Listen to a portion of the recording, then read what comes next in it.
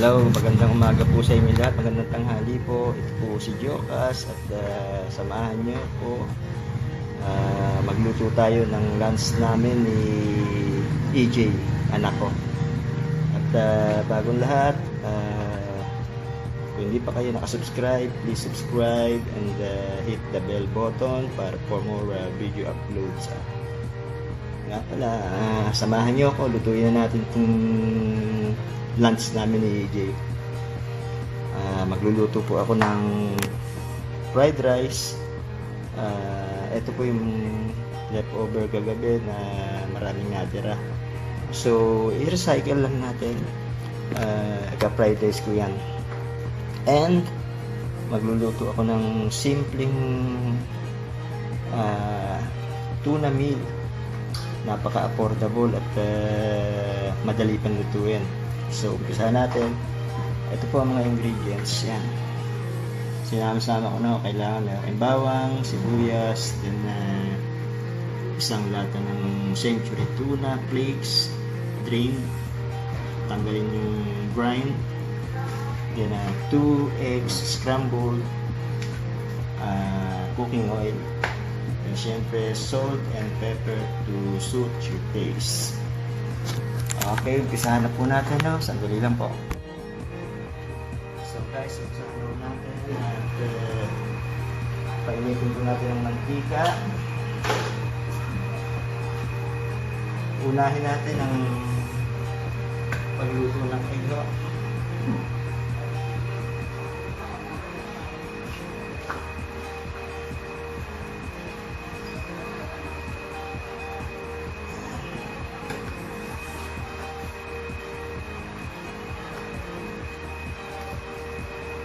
Igigisa po natin muna ang tuna sa bawang at sibuyas. Pero kakalahatiin lang natin to dahil ang iba ilalagay natin sa fried rice.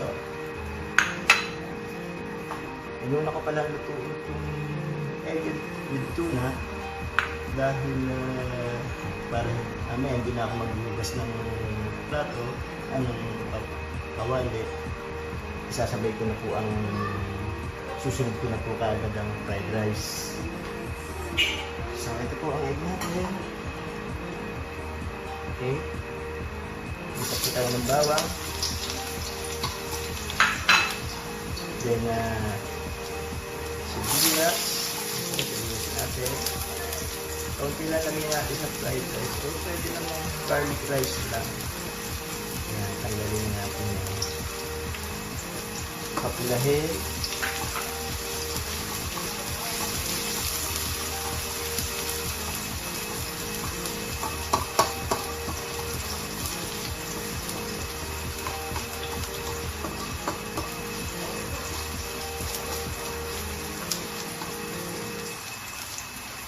Pag mapula na po ay pwede na natin igisa ang ating tuna. Ayan.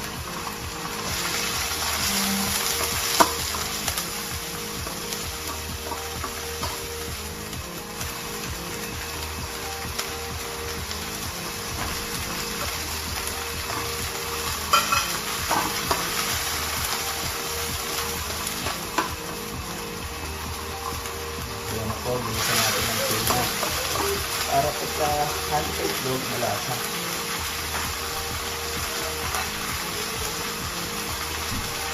Ako, ayan. Hinitin natin sa saglit.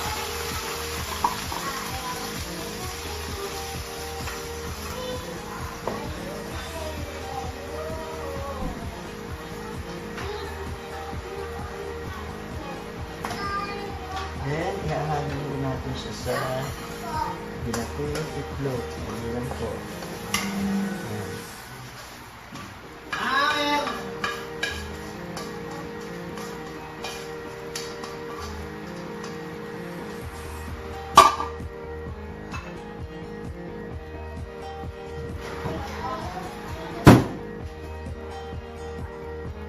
Ayan na po. Sinama ko na rito yung ginisang tuna with garlic and onion sa scrambled egg natin.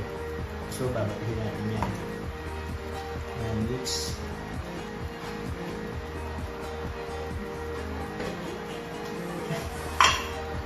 Then add salt. Ayan. Konti lang.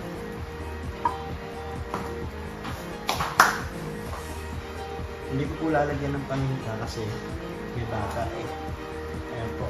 Ayan.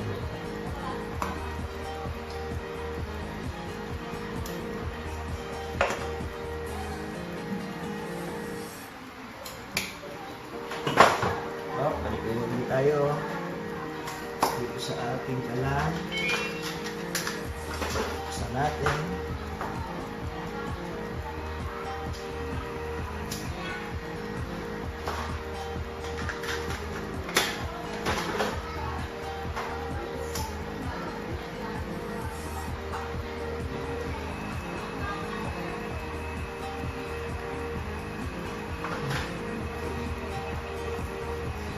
Then, lagyan natin ng oil again.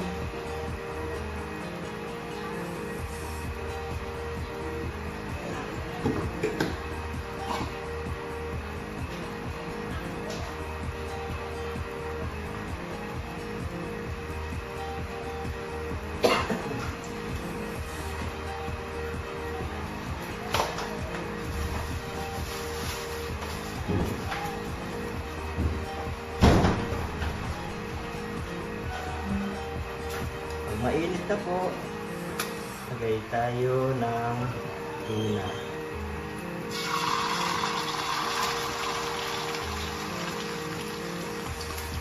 Yan, ganyan lang po.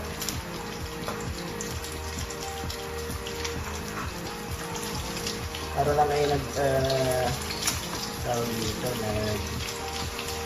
scrambled egg.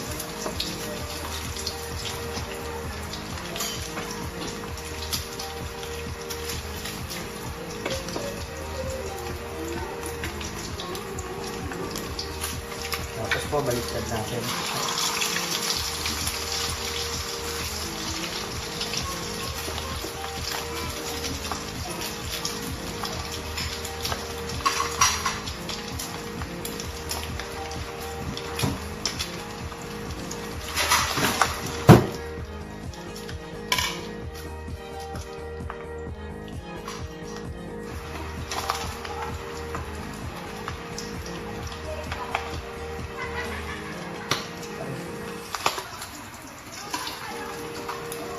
Po ang finished product. Ayan, simple lang. Ayan na po ang isa. Yun lang.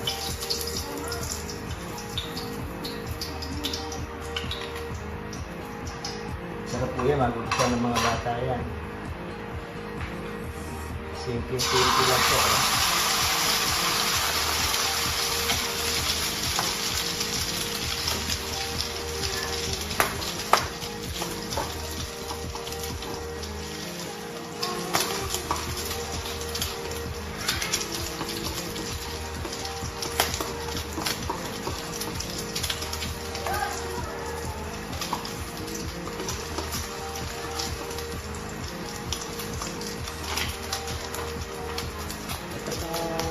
Bis na napakadaling lutuin. Kaya na madali kayo, kulang kayo sa oras. Ito po ang subukan nyo, i-try nyo. Masarap pa. Magugustuhan pa ng bata. Grabe yan. Kung nasa kong po ang barko, ginagawa ko ito, sinusuwerte ko sa mga puti pag-breakfast. At okay naman, nagugustuhan naman nila. Madali pang gawin. Yung iba, pinagsasawa-sama na siya, then hindi buo ang ginagawa nila sa bowl.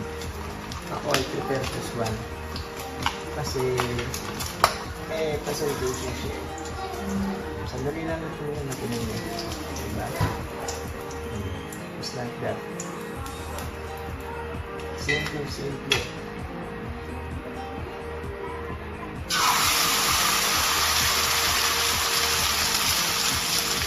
Napakatipid po nitong mili na po. Sa akin, okay na yan eh. Solve na ako dyan.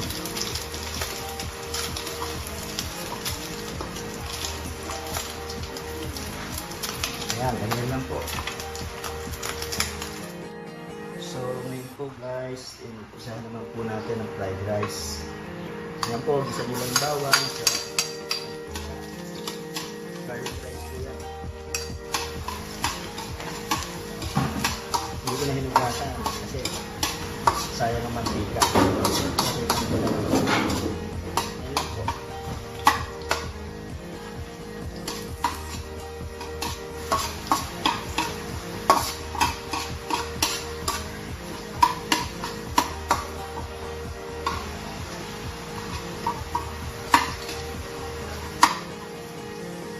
Lagyan natin yung rice na leftover. Para hindi pa hulong leftover na yan. Sayang. So, nabangan nila.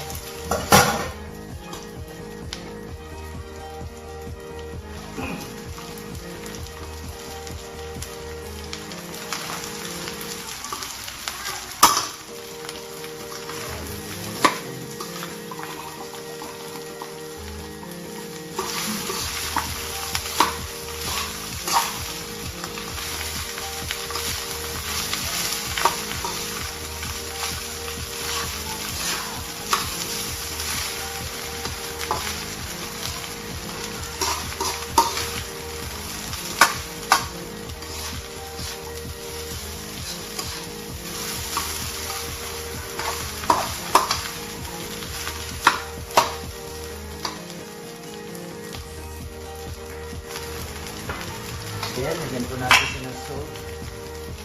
Kunti lang. Be careful with your salt.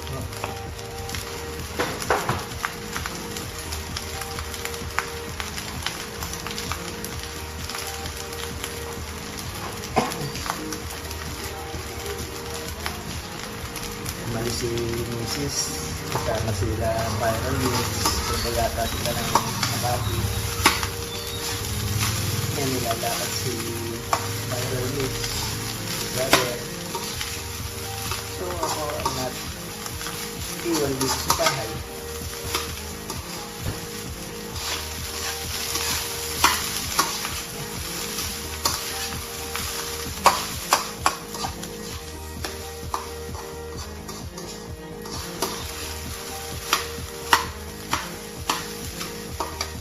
Hayaan mo lang yan for couple of minutes para maluto ng gusto yung rice at kuminit. Ating garlic rice, tsaka yun yung